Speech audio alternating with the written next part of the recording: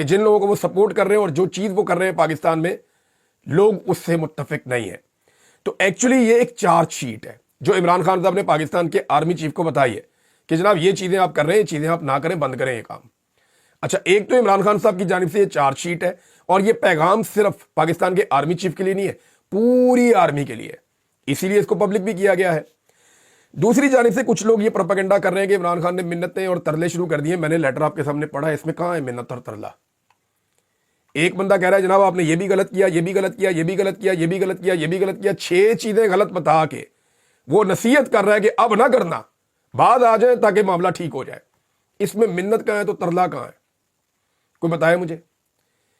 یعنی عجیب و غریب قسم کے پاکستان کے اندر جیسے ہی پہلا ٹکر چلا نا کہ عمران خان نے آرمی چیف کو خط لکھ دیا، تو اس کے ساتھ ہی ایک پروپیگنڈا میں دیکھ رہا تھا شروع ہو گیا عجیب و غریب قسم کا. جناب عمران خان لیٹ گیا، عمران خان جو ہے وہ بیٹھ گیا، عمران خان کا یہ ہو گیا. بھائی فوج عمران خان کی ہے، وہ کہتا ہے، اور وہ کہتا ہے اس کو ٹھیک کرنا ہے. یہ لیٹر نواز شریف صاحب بھی لکھ سکتے ہیں. اور اگر نواز شریف صاحب کو سمجھ آ جائے کہ جناب یہ، اور میرے خیال میں ہونا یہ چاہیے کہ ساری پولیٹیکل پارٹیز کو نکل کے بیٹھنا چاہیے اور مدد کرنی چاہیے کہ نکالو فوج کو اس کے اندر سے. یہ فوج کے کرنے کے کام تھوڑی ہے کہ یہ سیاسی جماعت لے کر آنی ہے، یہ والی نہیں لے کر آنی. یہ والا جو اینکر ہے یہ پروگرام کرے گا اور یہ والا اینکر پروگرام نہیں کرے گا. اس کو بین کر دو اور اس کو رہنے دو. عدالت میں کون سا جج ہونا چاہیے اور کون سا نہیں ہونا چاہیے. یہ والا بندہ جو ہے اس کو جبری طور پہ لاپتہ کر دو اور اس کو نہ کرو. یہ چیزیں فوج کے کرنے کی ہے ہی نہیں. ان کا کام ہے بارڈر پہ سیکیورٹی کا، باقی دھندے سارے چھوڑ دیں. اور اس کو چھڑوانے کے لیے تمام پاکستانی سیاسی قیادت کو اگر مل کر بھی رول پلے کرنا پڑے تو وہ کر سکتے ہیں، کرنا بھی چاہیے. کیونکہ پاکستان کو حل کی طرف جانا ہے، جنگ کی طرف نہیں جانا. ہم نے کوئی جنگ نہیں کرنی اس ملک کے اندر، کوئی تباہی نہیں پھیرنی پاکستان کے اندر. ہم نے ان معاملات کا حل نکالنا ہے. اور لیڈر وہی ہوتا ہے، سیاستدان وہی ہوتا ہے، لیڈر وہی ہوتا ہے جو کوشش کرے کہ معاملہ کسی لڑائی کے بغیر حل ہو جائے، جو کوشش کرے کہ بغیر خون خرابے کے مسئلے کا حل نکل آئے. اب عمران خان صاحب نے حجت تمام کر دی ہے. آرمی چیف کو بھی لکھ دیا خط، چیف جسٹس کو بھی لکھ دیا خط، آئینی بینچ کے سربراہ کو بھی لکھ دیا خط. سب کو عمران خان صاحب نے بتا دیا. عالمی اداروں کو بھی عمران خان صاحب نے لکھنا شروع کر دیا ہے. کئی دنیا کے مختلف ممالک کو بھی اب لیٹرز لکھے جائیں گے، وہ بھی کام شروع کر دیا ہے. تو عمران خان صاحب اپنی نئی تحریک شروع کرنے سے پہلے جو اپنے ہارڈ لائنرز کو وہ سامنے لے کر آئے، جن میں جنید اکبر اور عالیہ حمزہ بہت فرنٹ فوٹ پہ جا رہے ہیں، اور علی اعجاز بٹر صاحب بھی ہیں، آج کل ان کا بھی بڑا نام آ رہا ہے، اور بھی بہت سارے لوگوں کا ہے. تو یہ جو جس طرح کی یہ ٹیم بنی ہے اور جس طریقے سے یہ مومنٹم پکڑ رہے ہیں، آنے والے دنوں میں انہوں نے سڑکوں پہ آنا ہی آنا ہے. اور عمران خان صاحب کی بہن بار بار باہر نکل کے بتاتی ہیں کہ عمران خان نے کہا کہ فیصلہ تو سڑکوں پہ ہی ہوگا. لہذا یہ ایک چارج شیٹ تھی اور یہ ایک خط ہے، اور خط کے اندر شکوے ہیں نا، سارے شکوے ہیں. کہیں پہ عمران خان صاحب نے کوئی تعریف تو کی نہیں. عمران خان صاحب نے سارے شکوے کیے ہیں اور ان کو ٹھیک کرنے کے اینڈ میں عمران خان صاحب نے ایک سابق وزیر اعظم کے طور پہ، ایک تجربہ کار سیاستدان کے طور پہ انہوں نے مشورہ بھی دیا ہے. اب یہ خالی آرمی چیف کے لیے نہیں، میں نے آپ کو بتایا کہ یہ جیسے سنانا کسی کو اور بتانا کسی کو، تو یہ وہ والا معاملہ ہے. اب یہ جناب 6 چیزیں ہیں اور عمران خان صاحب فوج کو اس کی آئینی حد کے اندر لے کر جانا چاہتے ہیں. یہ بات آپ کو یاد ہے علی امین گنڈا پور نے کہی تھی ایک دفعہ جلسہ کرتے ہوئے اسلام آباد میں کہ اپنا ادارہ ٹھیک کرو، پہلے اپنا ادارہ ٹھیک کرو. تو یہ وہ علی امین گنڈا پور صاحب نے اس دن جو بات کی تھی، آپ اس کو اس کے ساتھ جوڑ کر دیکھ سکتے ہیں. ایک اور چیز ہے ناظرین، اب فوجی عدالتوں والا معاملہ بہت بری طرح گلے پڑ گیا اس حکومت کے، بہت بری طرح گلے پڑ گیا. کیونکہ جو یورپی یونین کا وفد گیا ہے ان کا سارا فوکس زیادہ تر اس کے اوپر رہا کہ فوجی عدالتوں میں سویلینز کو سزا کیوں ہو گئی. اب یہ جو ہے خالصتاً جو فوجی عدالتوں کی خواہش تھی یہ اسٹیبلشمنٹ کی جانب سے تھی. حکومت کا اس سے کوئی لینا دینا ہی نہیں تھا. حکومت کے تو نظر میں یہی ہے نا کہ آپ مقدمے چلائیں ان کے اوپر. اب اس کا کرائٹیریا بڑا عجیب تھا. کچھ بندے ہیں سیم جرم کے، ان کو لے گئے فوجی عدالتوں میں. کچھ بندے ہیں سیم جرم کے، ان کو لے گئے سول عدالتوں کے اندر، دہشت گردی کی عدالتوں کے اندر، جو سویلینز کی عدالتیں ہیں وہاں پہ لے گئے. تو یہ کچھ سمجھ نہیں آئی کہ یہ بندہ ادھر کیوں چلا گیا اور یہ بندہ ادھر کیوں چلا گیا. اور پھر یہ بھی سمجھ نہیں آئی کہ ایک دم ہی سب کے فیصلے آ گئے. جب دباؤ پڑا عالمی سطح پہ تو ایک دم ہی سب کے فیصلے آ گئے. تو یہ ملٹری اسٹیبلشمنٹ کی خواہش تھی، خواہش تو پوری ہو گئی ہے. لیکن اب سیاستدان بیچارے مجبوراً نعرے لگا رہے تھے جب آپ اسٹیبلشمنٹ کی گود میں بیٹھ کے آپ اقتدار میں آئیں گے اور آپ نے لاسٹک کی شلوار پہنی ہوگی تو پھر آپ کو وہ کہیں گے زندہ باد کہو تو آپ زندہ باد کہیں گے، آپ کو وہ کہیں گے مردہ باد کہو تو پھر آپ مردہ باد کہیں گے. تو یہی آپ کر سکتے ہیں. اب معاملہ یہاں تک پہنچ گیا ہے کہ عدالت کے ذریعے سے ایسا دکھائی دیتا ہے کہ شاید فوجی عدالتوں کا کانٹا نکال دیا جائے گا تاکہ عالمی سطح پہ جو پاکستان کی بدنامی ہو رہی ہے یا جو نقصان ہونے جا رہا ہے اس نقصان سے بچنے کی کوشش کی جا سکے. اس کے اوپر ایک پروپیگنڈا تیار کیا جا رہا ہے، وہ میں آپ کو پہلے بتا دیتا ہوں. بہت سارے ٹاؤٹس یہ کہیں گے کہ دیکھیں جی جن کو سزا ہوئی اب وہ سزائیں کالعدم قرار دے دی گئی ہیں، تو کون انصاف دے گا اس ملک میں؟ جب کوئی جتھا چاہے گا اٹھے گا اور اٹھ کے جو ہے وہ تنصیبات کے اوپر حملہ کر دے گا، جب کوئی جتھا چاہے گا اٹھے گا اور اٹھ کے جو ہے وہ فوجیوں کے اوپر اٹیک کر دے گا، تو ان کو کون پروٹیکشن دے گا؟ تو بات یہ ہے کہ ان کو بھی وہی پروٹیکشن دے گا قانون جو باقی سارے پاکستانیوں کو دے رہا ہے. یہ ٹاؤٹس جب بھی آپ کو یہ کہنا تو آپ نے ان کو یہ کہنا ہے کہ وزیر اعظم کا گریبان پکڑا گیا، اس پہ تم کیوں نہیں بولے؟ وہ بھی تو غیر قانونی تھا، غیر آئینی تھا. غیر قانونی اور غیر آئینی طور پہ بے شمار لوگوں کو اغوا کیا گیا، سابق وزیر اعظم اغوا کر لیا گیا، پارلیمان کے اوپر اٹیک کیا گیا، اس پہ بھی بولنا چاہیے تھا، وہ بھی طاقت کے بلبوتے پہ کیا گیا. آئین اور قانون کی بار بار دھجیاں اڑائی گئی، ملک کے اوپر بار بار مارشل لا لگایا گیا اور 250 مقدمات کر دیے گئے ایک سابق وزیر اعظم کے اوپر. ایک صوبے کے وزیر اعلیٰ کو 2 مرتبہ لاپتہ کر دیا گیا، پھر گولی تک چلا دی گئی نہتے لوگوں کے اوپر، پرامن لوگوں کے اوپر. پاکستانیوں کا مینڈیٹ چھین لیا گیا. تو یہ معاملہ یک طرفہ نہیں ہو سکتا. جب اتنا ظلم اور بربریت ہوتی ہے تو پھر دوسری طرف سے پبلک کا ایک ری ایکشن آتا ہے، وہ آبویس ہے. لیکن عمران خان صاحب کا یہ ماننا ہے کہ جو ری ایکشن پبلک کا آیا وہ اتنا نہیں تھا جتنا اس کو بنایا گیا. وہ یہ کہتے ہیں یہ بائی ڈیزائن تھا. اور میں نے آپ کو بتایا کہ امریکن ایک فرم ہے، اس کی تحقیقات کے ذریعے سے پاکستان تحریک انصاف نے یا اوورسیز پاکستانیوں کے گروپ نے باقاعدہ وہ اپنے پاس رکھی ہوئی ہیں، جنہیں وہ ڈونلڈ ٹرمپ کی حکومت کے ساتھ اب شیئر کریں گے اور اس کو دوبارہ سے پبلک کریں گے.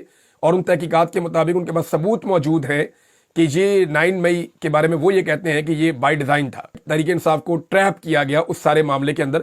یہ اس تحقیقات کے اندر وہ اس کنکلوژن پہ پہنچے ہیں. ناظرین، عمران خان صاحب کو دی جا رہی تھی آفر اور ڈیل، اب اس کی گواہی جو ہے وہ علی امین گنڈا پور نے بھی دے دی ہے. گنڈا پور نے کہا کہ عمران خان کو نتھیا گلی اور بنی گالا یا وزیر اعلیٰ ہاؤس منتقل کرنے کی تجویز دی گئی. آمنے سامنے بیٹھیں گے تو مسائل حل ہوں گے. ایک بار 80% اور دوسری بار 99% معاملات طے پا گئے تھے. عمران خان پہلے کارکنوں کی رہائی چاہتے ہیں. پرابلم یہاں آ کے پھنس جاتا ہے. عمران خان تو کہتے ہیں پہلے میرے کارکن سارے بندے چھوڑو اور مجھے انصاف دو. اب چیزیں چل رہی ہیں، 1-2 دن میں ملاقات ہوگی. اب جو پیچھے ہٹا اپنی زبان سے پھرے گا.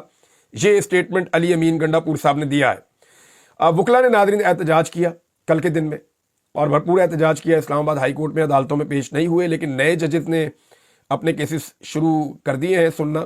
لیکن وہاں پہ سرکاری وکیل ہی گئے اور ایک مخصوص چیمبر کے ایک کیس تینوں عدالتوں کے اندر لگائے گئے ہیں.